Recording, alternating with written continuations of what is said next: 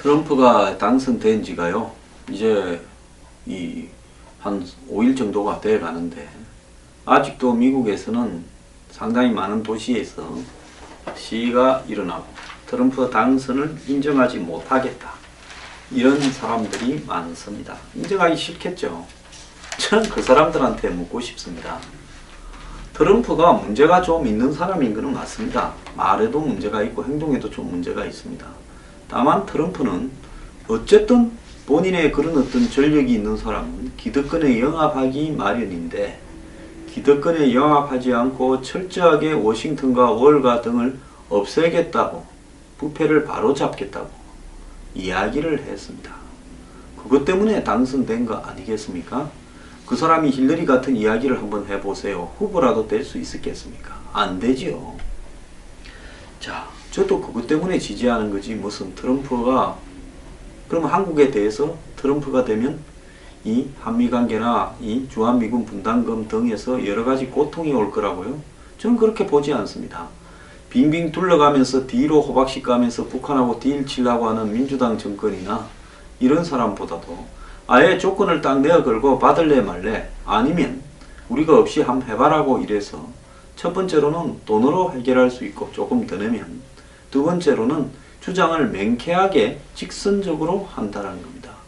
그런 부분이 오히려 한국 사람으로 하여금 미국의 요구를 명확하게 이해하고 미국이 없는 한국에 대해서 생각을 해보게 한 다음에 선택을 확실히 하게끔 하는 부분에서 국민들의 안보의식이나 대미의식을 각성시킬 수 있고, 종북이나 친북들이 이야기하는 어떤 논의에서 그러다가 큰일 나겠구나, 미국은 저들 필요성 때문에 한국에 미군을 주둔시키고 중국하고의 어떤 견제 때문에 미군을 주둔시키고 사드를 배치한다, 이런 생각에서 아니야, 계산 안 맞으면 뺄게, 사드도 너네 사가든지 해, 우리는 빼겠다, 이렇게 가게 되면 여태까지 해온 말들이 다 뻥이라는 것이 드러날 거 아닙니까? 그렇기 때문에 저는 한국으로서는 어려움도 있고 불확실성도 있지만은 뒤로 호박씨 까고 겉으로는 동맹응응하는 것보다 트럼프가 훨 낫다라고 생각합니다.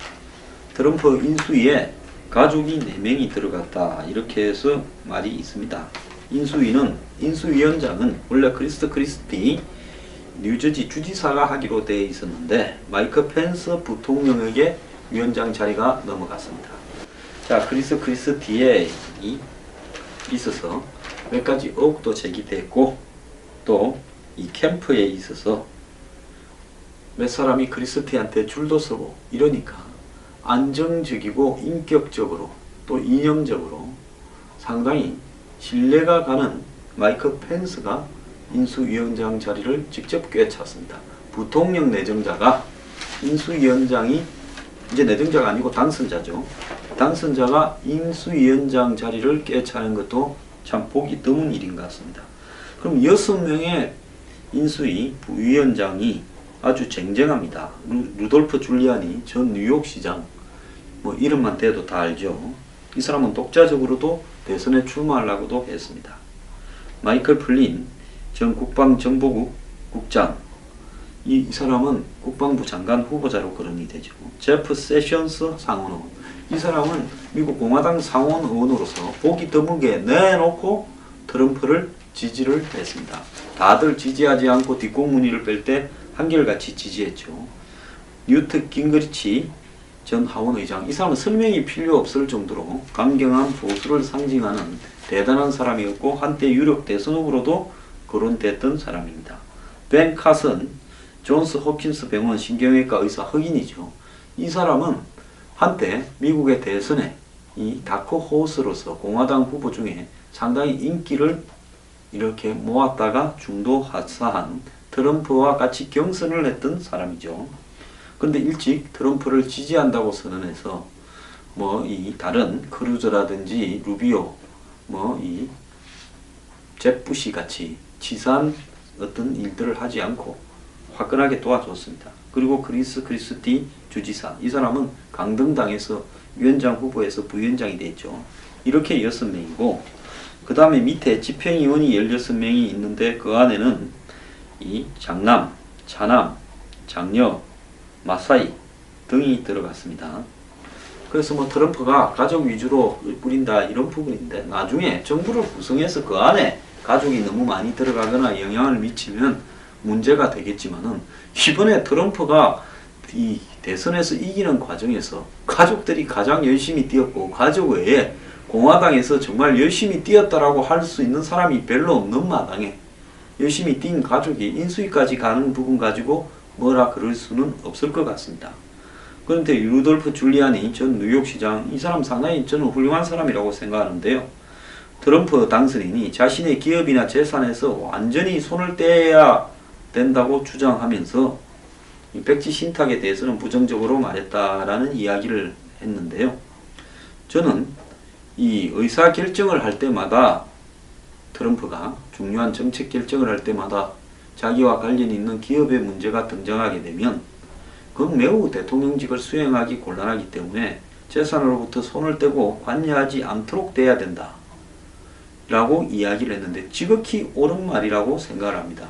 지금 안철수 의원이 자신의 이 주식을 포기하지 않은 채 정치를 하다 보니까 이 틈만 날 때마다 이런 이야기가 지금 나오고 있지 않습니까? 그래서 안철수 무슨 이 수혜주 이런 이야기가 나온다라는 것 자체가 정말 웃기는 거 아니겠습니까? 자, 트럼프의 자녀들은요, 자기 내각에 참여하기보다는 아버지가 없는 동안에 사업을 돌보겠다고 이야기를 했습니다. 장녀 이방카, 차남 에릭은 이 미국 CBS 이 TV와의 인터뷰에서 이렇게 말했는데요. 이 세 자녀는 장남도 있죠. 장남도 도널드 트럼프입니다. 이 세 자녀는 당선의 1등 공신이죠. 자, 차남 에릭이 더 똑똑하다 이러는데, 에릭은 아버지 정부에서 일하고 싶냐니까 뉴욕에 머물면서 사업이나 돌 거다. 이 사업을 돌보는 것이 즐겁고 아버지가 자랑스럽다. 우리에게는 멋진 기업이 있다. 이렇게 이야기를 했습니다. 딸도 역시 행정부 자리에서 일할 의향이 없다면서, 자, 그냥 특별 보좌관 정도로 활동할 거다. 이런 전망은 나오고 있습니다. 근데 이방카는 아니다, 난 아버지의 딸이 될 거다. 선거운동을 하면서 특정 이슈들에 대해서 매우 열정을 가지고는 있는데 이들 이슈를 위해서 계속 일할 거다.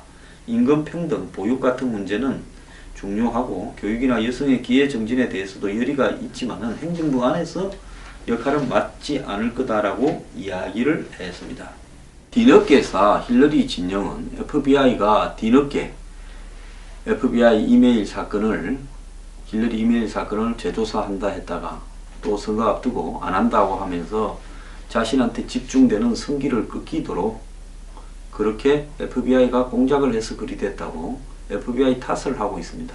근데 제가 웃기는 거는, 진짜로 FBI가 제대로 하겠다고 했으면 힐러리는 대선 후보로 출마조차도 못했을 거라고 보고 있습니다.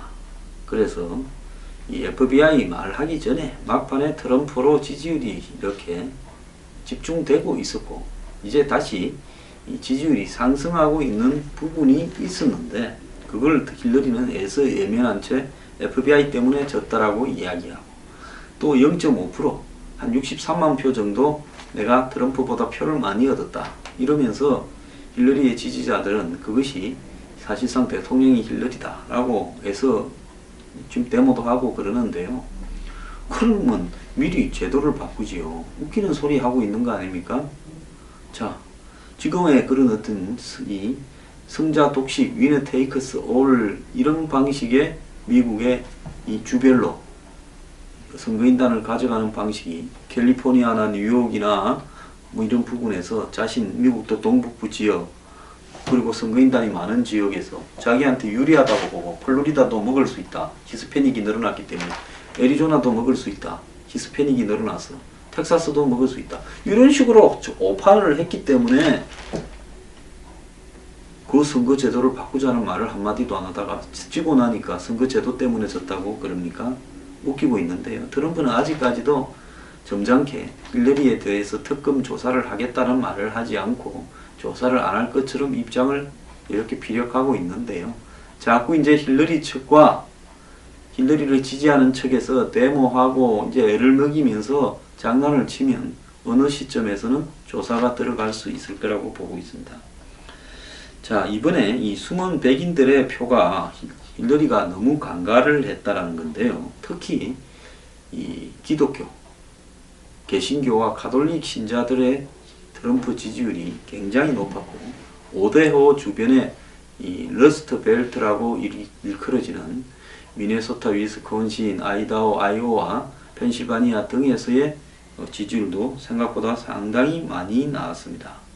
자, 불법 체류자 문제는요, 미국 내에 저소득층한테 돌아가야 될 복지기금이나 의료비, 교육비, 사회보장비 등을 이들이 위에서 쓰게 되어서 적자를 갖다가 심화시킬 수도 있고, 또 더 나아가서 이미 15%에 달하는 흑인이 13%입니다. 근데 히스패닉이 15%예요.